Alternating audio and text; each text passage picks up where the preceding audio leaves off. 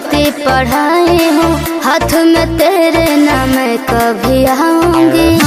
होए बच्चों क्या समझा, प्यार नहीं करूंगी, बाहों में न भरूंगी, दिल के भीतर न रोग में लगाऊंगी। जबले में दानी बकात लो न चानी रानी, सच कहिले जुड़ा जाइबू।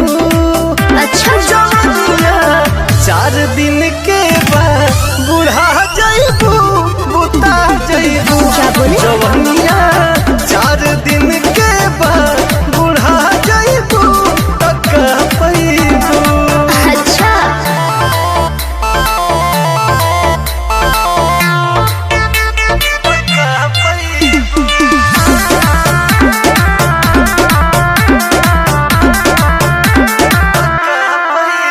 ऐसे बोले के मिठ भोजपुरिया हो, काहे मारे लगा दिल जरिया हो।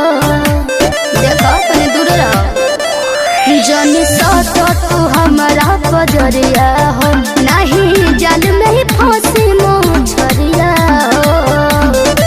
दूर रहो बुझाइए, लगा के तू देखो सनहिया हो, खिले लगी तोहर देहिया हो। चिंता फिकिर सब दुख होई दूर, अरे मत बुझो कि लुटा जाइबू।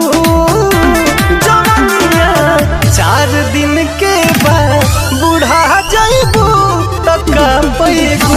जवानिया 4 दिन के बाद बुढ़ा जाइबू, तका पैबू।